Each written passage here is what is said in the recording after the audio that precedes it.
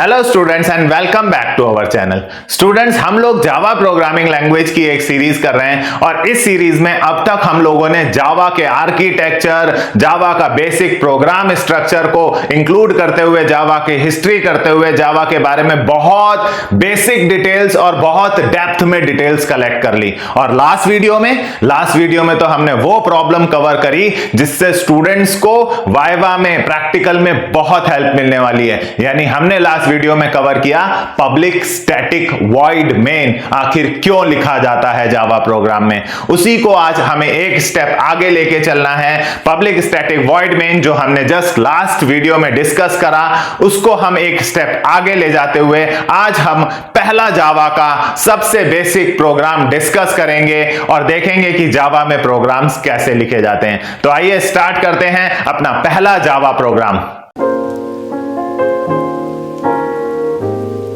तो स्टूडेंट्स, जैसा कि हम लोगों ने लास्ट वीडियो में डिस्कस करा कि अगर हमें कोई प्रोग्राम जावा में बनाना है तो मैंने बताया था कि हमें एक क्लास लिखनी होती है, क्योंकि as per object oriented programming के रूल्स के मुताबिक बिना क्लास और ऑब्जेक्ट्स के आप किसी भी ऑब्जेक्ट ओरिएंटेड प्रोग्रामिंग लैंग्वेज में इंप्लीमेंटेशन नहीं करते।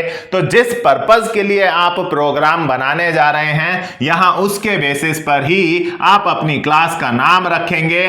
फॉर एग्जाम्पल, मैंने जैसे अपनी क्लास का नाम रख दिया फर्स्ट प्रोग, राइट। मैंने आपको बताया था ये क्लास नेम लास्ट वीडियो में आपको देना होगा। जिस पर्पस का प्रोग्राम है यूजुअली उसी के नाम पर आप रख सकते हैं, कुछ भी नाम रख सकते हैं वैसे तो, लेकिन बेनिफिट वो है कि जिस पर्पस का प्रोग्राम है अगर वो नाम आप रखेंगे तो प्रोग्राम की रीडेबिलिटी बढ़ती है, राइट। फिर मैंने आपको लास्ट वीडियो में बताया था कि जावा के प्रोग्राम में जो सी में आप वॉइड मेन, C++ में आप वॉइड मेन लिखते आ रहे हैं, वो यहां आकर पब्लिक स्टैटिक वॉइड मेन बन गया है।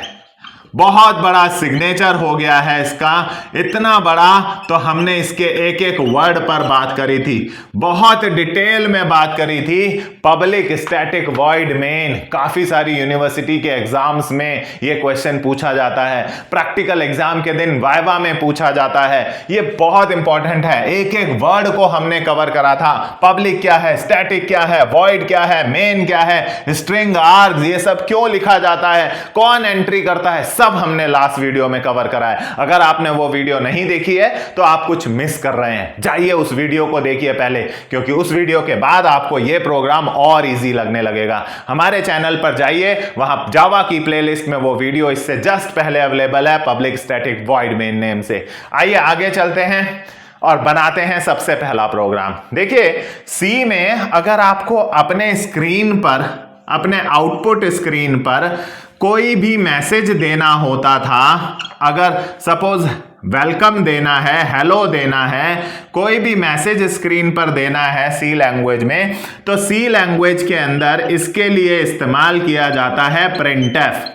प्रिंटफ स्टेटमेंट का यूज किया जाता था, जिसकी मदद से आप कोई मैसेज स्क्रीन पर डिस्प्ले कर सकते थे। वहीं C++ अगर आप लोग पहले पढ़े हुए हैं तो स्क्रीन पर कोई मैसेज अगर डिस्प्ले करना है तो Cout यूज किया जाता था, कंसोल आउटपुट यूज करते थे, जिसकी मदद से हम लोग स्क्रीन पर कोई मैसेज प्रिंट कराते थे। सी का अपना था स्क्रीन पर मैसेज प्रिंट कराने के लिए, C++ का अपना था स्क्रीन पर मैसेज प्रिंट कराने के लिए, तो भाई जावा का अपना क्यों नहीं होगा। सारी प्रोग्रामिंग लैंग्वेज में अपने अपने स्ट्रक्चर, अपनी अपनी स्टेटमेंट्स होती हैं सेम काम करने के लिए। तो जावा में देखिए, अगर आपको स्क्रीन पर कुछ मैसेज प्रिंट कराना है तो आपको लिखना होगा, स्क्रीन पर कोई भी मैसेज प्रिंट कराने के लिए यहां लिखना होगा सिस्टम, एस कैपिटल रहेगा, ये देखिए एस कैपिटल है, मैंने बनाया भी है, .out .println welcome to BCA-MCA guide. हमारे चैनल का नाम लिख लेता हूं, BCA-MCA गाइड, या फिर सिर्फ वेलकम स्टूडेंट्स लिख लेते हैं, चलिए, वरना यहां पर स्पेस नहीं है मेरे चैनल का नाम लिखने के लिए, राइट।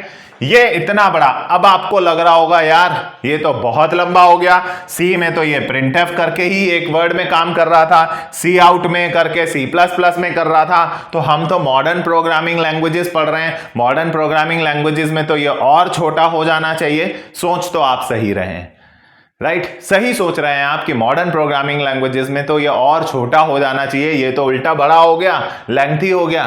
तो गाइज आप लोग कोर जावा पढ़ रहे हैं। ये जो हम सब चीजें पढ़ रहे हैं वो जावा का बेसिक वर्जन जिसे कोर जावा कहा जाता है। बिगनर्स को सभी यूनिवर्सिटीज में सब जगह पहले कोर जावा पढ़ाई जाती है। हालांकि एडवांस जावा में जाने के बाद काफी चीजें बदल जाती हैं, काफी चीजें ईजी हो जाती हैं, लेकिन पहले आपके बेसिक्स स्ट्रांग होने चाहिए, आपकी नींव मजबूत होनी चाहिए, ताकि उसके ऊपर फर्दर जो प्रोफेशनल लेवल की बिल्डिंग तैयार की जाए, जो प्रोफेशनल लेवल की एडवांस जावा आपको सिखाई जाए, वो आपकी स्ट्रांग रहे। उसके लिए जरूरी है कि आप यहां जावा के बेसिक्स सीखें। और ये कोई लेंथी सिंटैक्स नहीं है, ये कोई प्रोफेशनली यूज होने के लिए सही नहीं है, ये है आपको जावा के बेसिक्स बताने के लिए, ये है आपको जावा का ऊप्स सिखाने के लिए, आप जावा में ऑब्जेक्ट ओरिएंटेड प्रोग्रामिंग के कॉन्सेप्ट समझ सकें, इंप्लीमेंट कर सकें, उसलिए कोर जावा पढ़ाई जा रही है। एक्चुअल में इंप्लीमेंटेशन जो इंडस्ट्री में यूज होता है वो जावा का एडवांस जावा वर्जन है, राइट।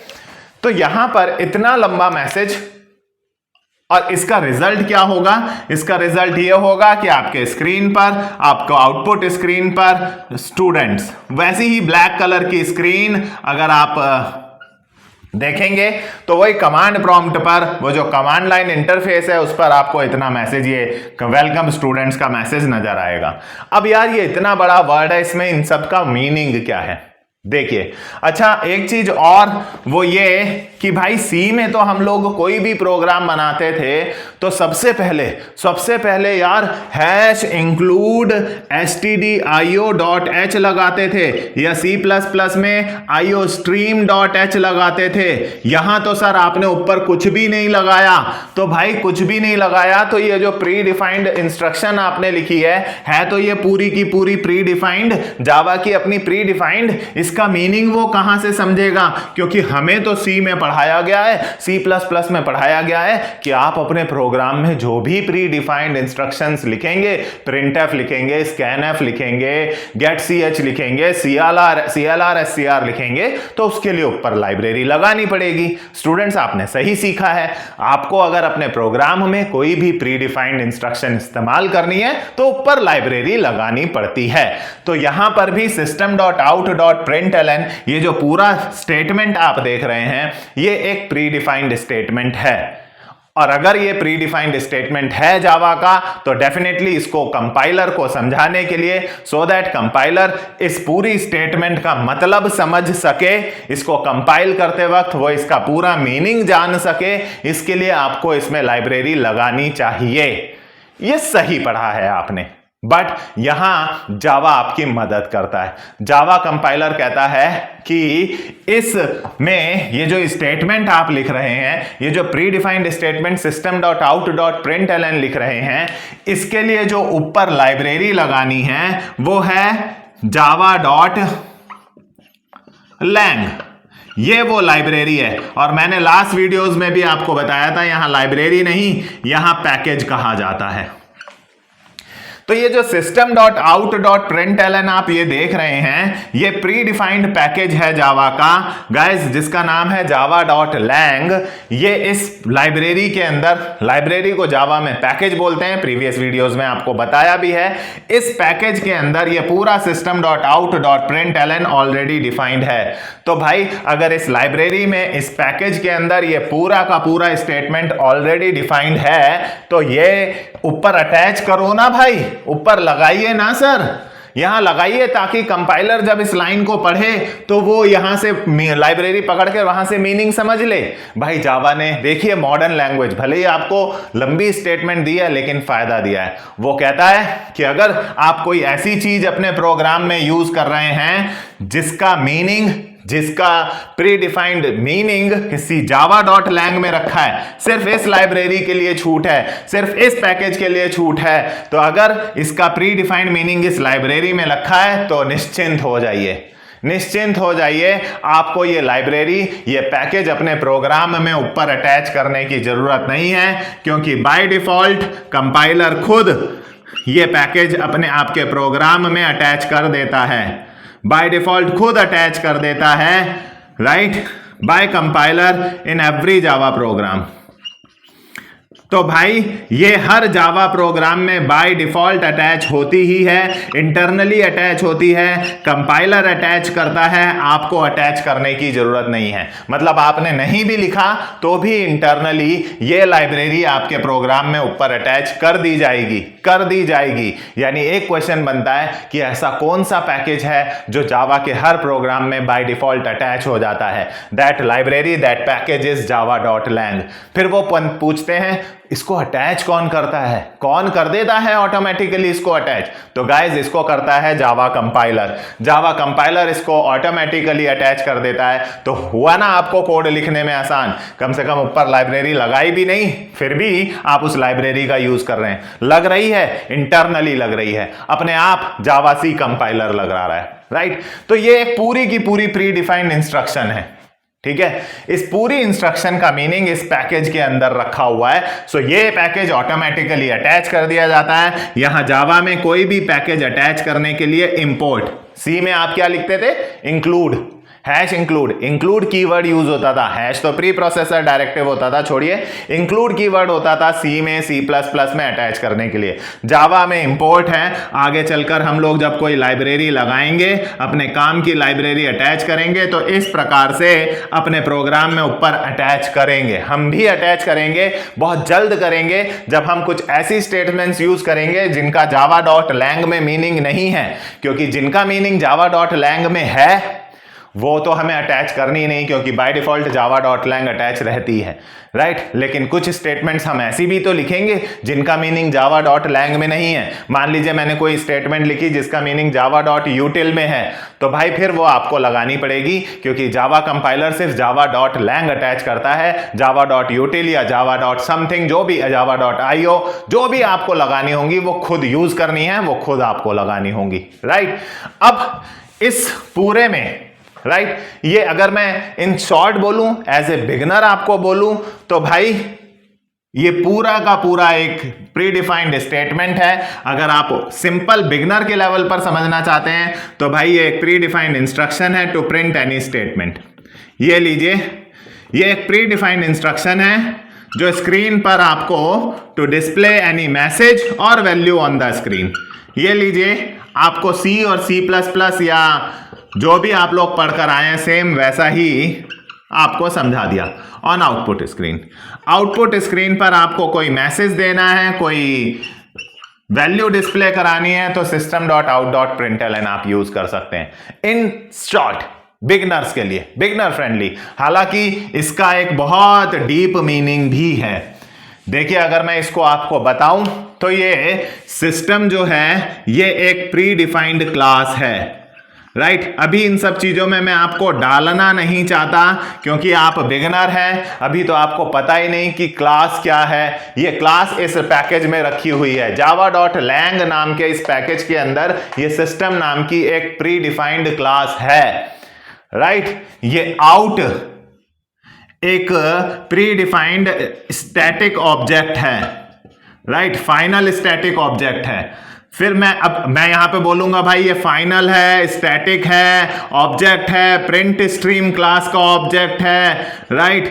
किसका ऑब्जेक्ट है, प्रिंट स्ट्रीम क्लास का है। तो भाई ये बातें आपको अभी परेशान करने लगेंगी, ये बातें आपको परेशान करने लगेंगी कि प्रिंट एलन जो है ये एक प्री डिफाइंड मेथड है, राइट। तो भाई मैं फिर इतनी टेक्निकल बातों पर बात करूंगा तो आपको ना ये प्रॉब्लम करेगी अभी, इसलिए मैं इतनी डिटेल में नहीं जाना चाहता। क्यों? क्योंकि अभी आपको मालूम होना चाहिए क्लास क्या होती है, ऑब्जेक्ट क्या होता है।